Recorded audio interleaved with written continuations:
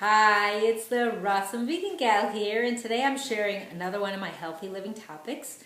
I call this Walk on the Wild Side, and what do I mean by that is wild foods, meaning people do go foraging out in the woods or even in their own neighborhood for different things that are growing that are wild.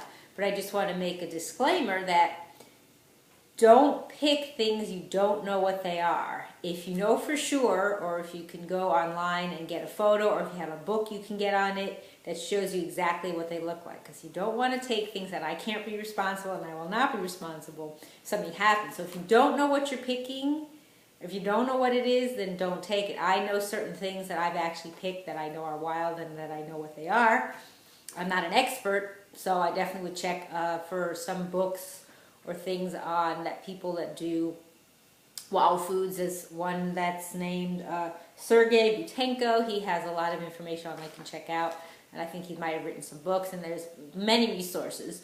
But I just wanted to share that as an option because people don't realize there's a lot of food that's growing. I mean, even in your own yard, if you have a lawn, you have dandelion, that's a wild weed, but it's actually very good for you. So that everyone knows it has the yellow flower, and that's edible too. And also different parts of different wild foods or wild greens, or you have different parts that are edible. Some parts of them are and some parts are not, so you have to know about that as well. So I'm going to share with you some information about some of them, and and then you can always look online for others. There's so many. I can give you an example of some of the ones I'm not going to talk about, but just some that are available. There's things like red clover, chicory, amaranth, which is used as a grain but the leaves are edible, is malva. I've eaten that. Shepherd's purse, common mallow, miner's lettuce, wild mustard, dandelion, everyone knows about that. Cattail, beech lovage, creeping Clark, I think it is, hop clover. So there's so many. And these are also, they can grow as vegetables, fruits, nuts, seeds, everything. But greens are most of the things that I've seen wild. You can find them in parks and also forests, in your own backyard, like I said. So why are they beneficial too is because when they grow wild, their nutrient content is much greater because they're not up and hybridized or changed by humanity when they're growing them, growing plants in their garden. So this is just nature growing it by itself. And let's see, what else can I tell you? Like I said, another thing is some of them you would eat raw and some are better cooked. That's another thing to know about. Also, like I said about be careful about them. Some of them may be poisonous, and you don't want to, if you're not 100% sure, you don't want to take them or even touch them because the touching them can also affect you. Also, some grow on roads that you don't realize. Things pop up out of even the cement, So there are things like the leaves, the flowers, the fruits, the roots, and the shoots. And they all have different characteristics to identify them. And many weeds do have the flowers, like I say, attached to them, but they're not always visible. One thing that also you can do is, if you don't know for sure, if you have a magnifying glass, something that you could look closer so you could see what it is. And let's see, there's different shapes to the leaves. They can be pointy and round, sharp, different things like that. Let's see what else. You may find weeds in your area that don't grow in other areas of the country, so that could be different. Of course, dandelions are pretty universal, but there may be different ones, different types growing, even different types of dandelions. So, let's see. So one of them I'm going to talk to you about, and I don't have pictures, unfortunately, so that you'll have to look online. One of them is called chickweed. So before the vitamins and minerals were identified, people used it as an all-purpose health food. It's great for upset stomachs and strengthening the bowels. It's also safe. It contains no harsh or irritating substance. They have tiny paired oval to shade-shaped toothless sleeves growing along its stringy flexible stem. That's just some information I got here from an article. The tiny white flowers bloom in terminal clusters at the end of the plant, accompanied by some leaves. The 5 petals are shorter than the 5 sepals. I guess that's I don't know if it's this thing inside of it. The petals are divided as well. And so chickweed is very high nutrition. If you've never had it, maybe that's a good idea now to look for it. It provides plenty of vitamin C, rutin, biotin, choline, inositol, PABA, vitamin B6, vitamin B12, vitamin D, and beta-carotene. It's also an excellent source of minerals like magnesium, iron, calcium, potassium, zinc, phosphorus, manganese, sodium, copper, and silicon. I think it's time to go out and look for chickweed. It sounds really, really good. It also contains steroidal saponins, which are responsible for its ability to increase the absorptive ability of all membranes and to eliminate congestion.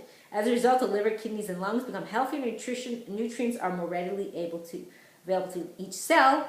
Also, blockages and waste are cleansed from the kidneys, the gallbladder, and congestion from irritated lungs. And there are hundreds of species that grow throughout North America. You can find them on lawns or in open, sunny areas. The stems and the leaves are equally good in all recipes. And people say it's best eaten raw. It has a mild corn-like flavor and crispy, tender texture.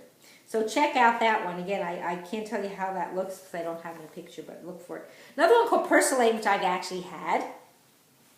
It's a smooth herbaceous plant. They can cover your yard with a doily-like mat. It produces many prostrate and erect, thick, smooth, succulent, creeping, reddish-green stems with branches, 4 to 10 inches long.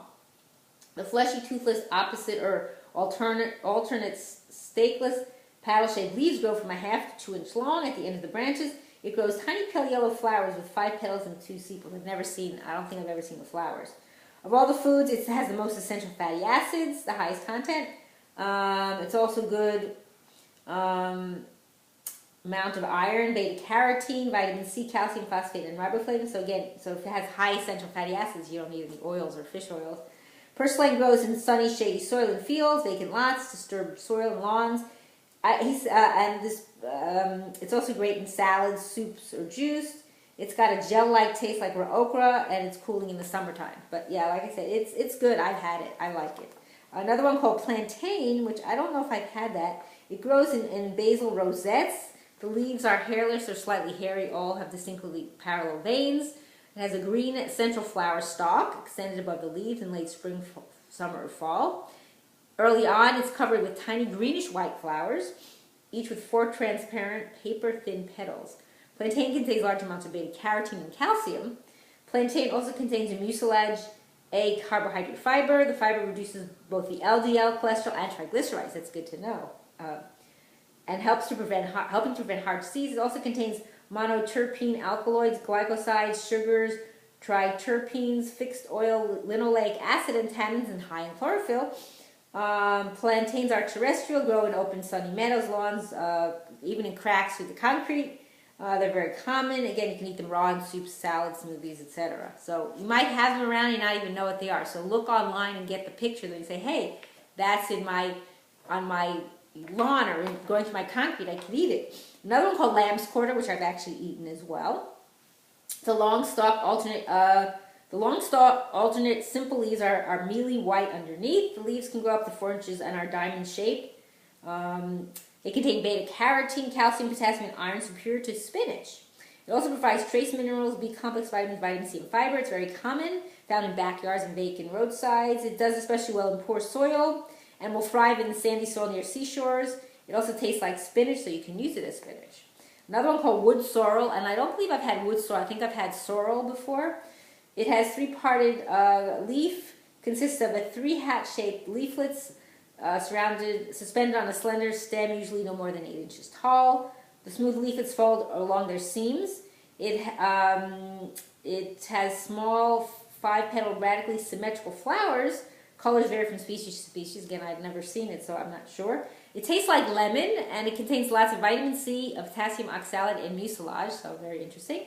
So it's interesting. Sometimes I once had something, I forget what it was. It was a little flower or something, and it tasted like cucumbers. So it's interesting how different things actually can taste like other things you're familiar with. It grows in moist, partially shaded areas such as woods, disturbed lawns and lawn edges. You can find it throughout the United States, again, used in raw soups, salads, smoothies, etc. Another person you might want to check out who's done a lot of wild food foraging, his name is Wildman Steve Brill, and he's from New York, so I don't know if he's still around or doing it, but there might be And I'll include some of the names below this video so that you can check those out if you're interested. So this is something to think about because you may not have to go far to find these wild plants. And again, they have a lot of high nutritional value, as you've seen from what I've shared with you. Amazing. You wouldn't realize that. That they have so much nutritional benefit to your body. And I found that when I ate more of those wild foods, I didn't need to eat as much of them because I got more nutritional value to them. I don't know if that makes sense to you, but that's how I experience them. Like, I was more satisfied with a lot less than when I buy, let's say, greens that are the most things I've had wild. When I buy them in the store, it would be different than when I've eaten them wild. So I thought this was something interesting to share with you and something you can explore again. You can go in your own backyard, but again, very important, please check beforehand. Please go online, look at pictures, make sure, except, dandelions, most people know what that looks like, so that's not an issue. But you want to make sure that you are identifying them properly and that they are safe to eat. And I thank you for watching. It's the Rawesome Vegan Gal.